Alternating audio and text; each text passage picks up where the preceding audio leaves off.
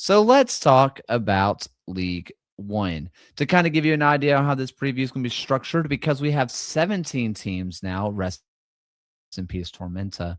We don't want to have a 2 hour to 2.5 hour long show.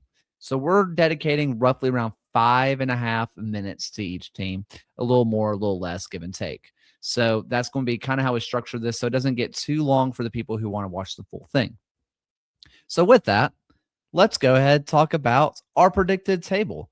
For the USL show rankings, we had Omaha first, AC Boise second. We got Spokane Velocity third, Portland Hearts of Pine in fourth, Chattanooga Red Wolves come in fifth, Fort Wayne FC joins us in sixth, Greenville Triumph in seventh, and the defending champions, One Knox, are in the final playoff spot in eighth. The first to miss out are Alex's Richmond. We got Sarasota Paradise. Then we got Charlotte Independence, New York Cosmos, the Ford Madison, Corpus Christi, FC Naples, AV Alta, and with the wooden spoon is going to be Westchester SC. What do the fans think? Well, the fans and us are very different. With Portland in first, no bias at all. We have Omaha second, Spokane also in third. One Knox, the defending champions. The fans have them in fourth. Boise come up in fifth. Chattanooga in sixth. FC Naples in seventh. AV Alta in eighth in our final playoff spot. First team missing the playoffs is going to be Charlotte, then Fort Wayne, then Greenville, then Madison, then Richmond, then Sarasota, then Cosmos, then Corpus Christi, and in last with the wooden spoon is going to be Westchester. So with all that said, let's go ahead and get into the preview. Spokane Velocity, Death Taxes, and Spokane Velocity is finishing third or somewhere about there. Listen, the 2 straight years they have made it to the playoffs. 2 years in existence, they have made it to the finals. And in both up finals, they were kind of run off the pitch by a team that felt inevitable. Did they do enough this offseason to get over the hump? You know what? Right as of right now, they have 2 new players, Simon Fitch and Joe Gallardo, which those Good are players. 2 of the top free agents in the league.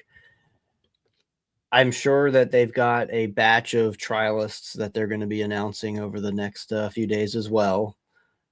But if it's not broke, I guess don't fix it, and that seems to be the case here. They brought back a huge portion of their 2025 squad.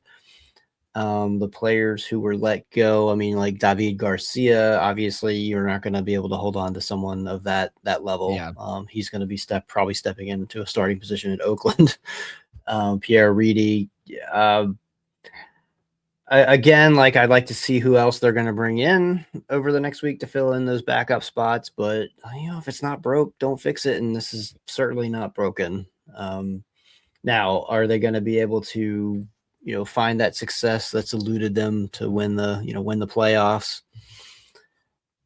I think it's possible. I mean, this is like it's like Omaha. They're definitely a top 4 team, easy. I think that's a safe prediction. I don't know if I'm willing, because I guess I just don't know with Spokane Velocity and Lee Wiedemann. I trust him what he does defensively in this like 4-4-2 and how defensively solid they are. But it's, as far as I can remember, maybe I'm wrong here, but it's always had Garcia back there, right?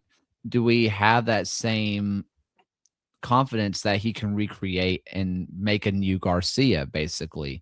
Do we have that same exact confidence in that system or in what he can do?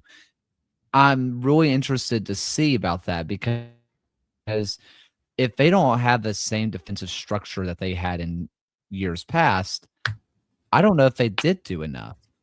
I'm also, because you mentioned they only have 2 new players, I also wonder how much of that comes down to, and I don't know how public this is, but Wiedemann was being kind of shopped around championship clubs. Like he was in negotiations with championship clubs, and maybe Spokane didn't know who their head coach was going to be, so they had to slow down on recruitment just a little bit. Is that something that might stunt their growth, or do they trust him enough to say, hey, we know what we have here is a winner. You can make defensive players. We know we have a structure. We know what we're doing. It'll be fine. Yeah, I think they trust him, and every year Spokane is always one of the last to announce their last batch of players. They wait till the very last minute to announce them. So we'll see what surprises they have to fill in that center back slot and anybody other defensive backups.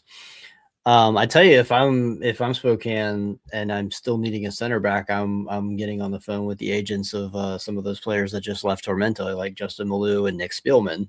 That's Yes. not I don't they that's just speculation. That's just what I would do.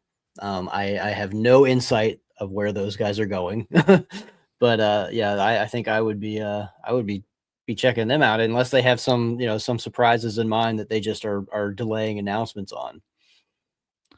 I'm also looking, and I'm curious on Fitch and Opara, Yeah, I where am too. I do think that Fitch is the better player, but also to have Lucky Opara on your bench feels absolutely brutal It because he's too good to leave on the bench. Yeah, well, it's like that was a very bizarre signing when they signed Simon Fitch, having with already having Lucky Opara, because these are two like top right backs in the league. They play like Simon. I don't think he's missed a match in 3 years. He's an Iron Man. Mm. He will run up and down that field for 90 plus minutes every match. He does not seem to get tired.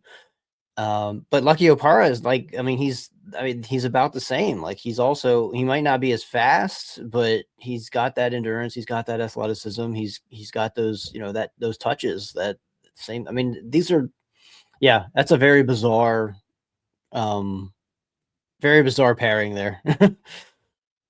It goes deep. It So goes deep, but I'm thinking, I mean, Lucky's not a small guy. He's what, 6 foot, 6'1"?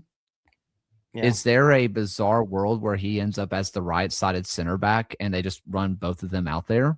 That feels like an that's insane use of both of them, but yeah, that could be likely. But they both have they're both good offensively too. Like yeah, I mean, my other thought was you might maybe you could put him at right mid, but you're not displacing Joe Gallardo or Siobhan John Brown. Yeah, it's Like, already you're not making it's Siobhan John Brown a third piece. those are it's a very crowded yeah, right side.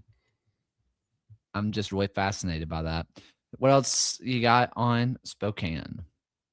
Yeah, like I said, I think another very very easy pick for top 4.